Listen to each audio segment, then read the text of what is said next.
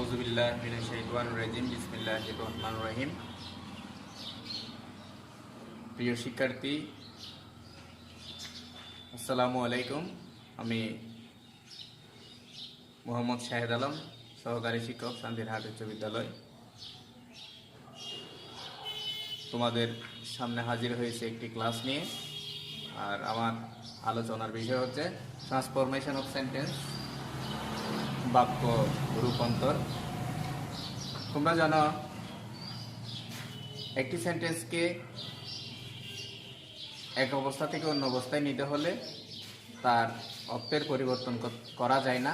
অর্থের পরিবর্তন না করেই একটি সেন্টেন্সকে আরেকটা সেন্টেন্সে রূপান্তর করাকেই ট্রান্সফরমেশন অফ সেন্টেন্স বলে।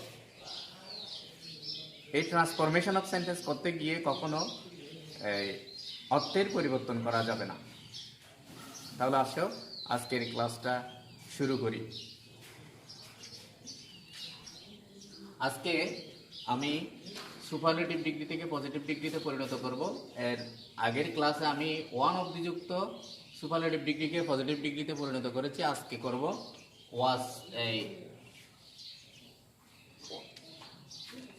দি যুক্ত সুপারলেটিভ ডিগ্রিকে পজিটিভ ডিগ্রিতে পরিণত করব।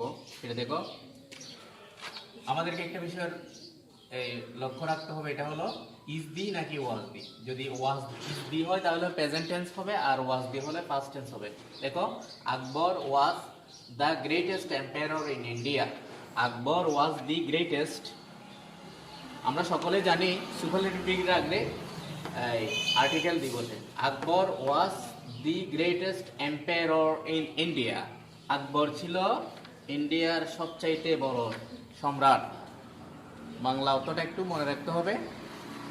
বাংলা অর্থটা কি দেখো তো, Akbar was the greatest empire in India.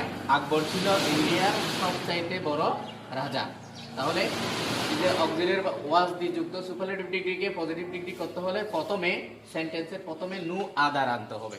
সেন্টেন্সের প্রথমে নু আদার আনতে হবে। তাহলে আমি লিখলাম নু আদার। নু আদার লিখে নু আদারের পর নাউন থেকে শেষ পর্যন্ত, নাউন থেকে এখানে নাউন হচ্ছে এম্পায়ার, নাউন থেকে শেষ পর্যন্ত নু আদার এম্পায়ার ইন ইন্ডিয়া। আবার এরপর লিখতে হবে অক্সিলারি ভার্ব।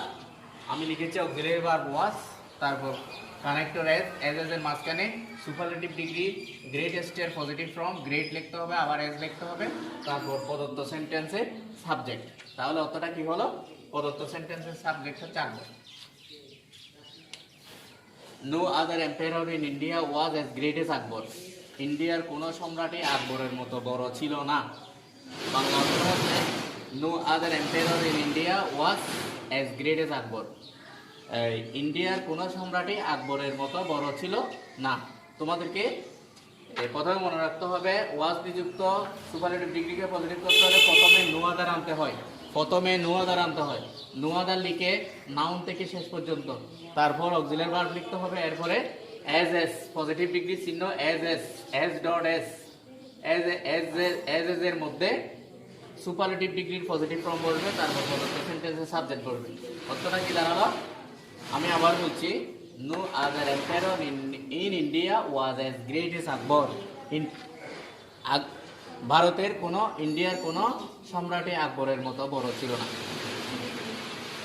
তোমরা রুলসটা একটু এক মিনিট লিখে নাও, তারপর আমি বলছি।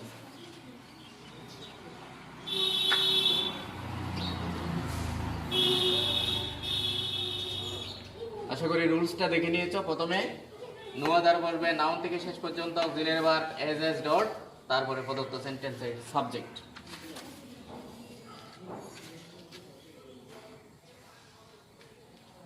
উদাহরণ লিখি। সুপারলেটিভ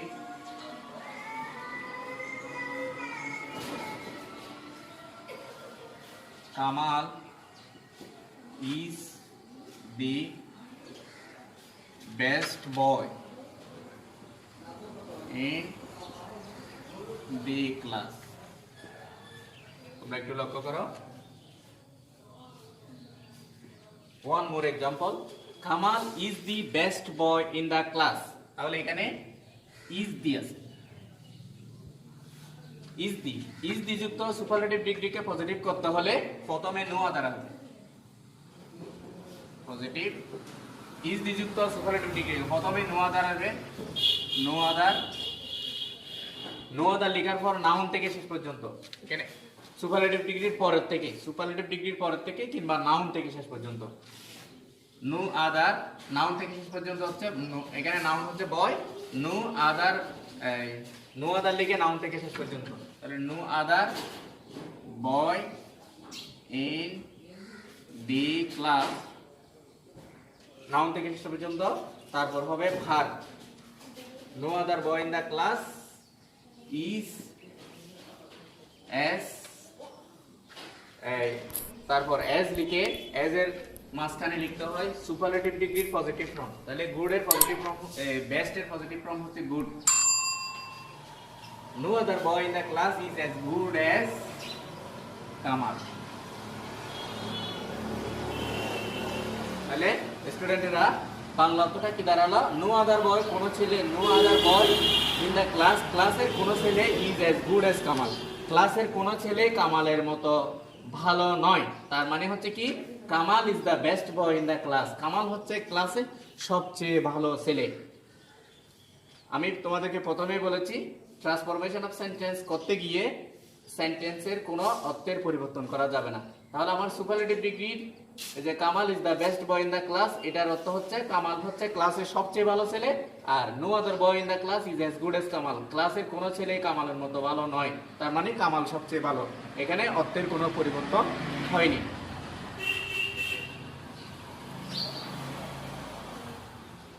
আশা করি তোমরা এই রুলসটা বুঝতে পেরেছো। তোমরা এই রুলসটা প্র্যাকটিস করবে। আজকের ক্লাস এই পর্যন্ত, সবাই ভালো থাকবে ততক্ষণ পর্যন্ত। আসসালামু আলাইকুম ওয়া রাহমাতুল্লাহি ওয়া বারাকাতুহু।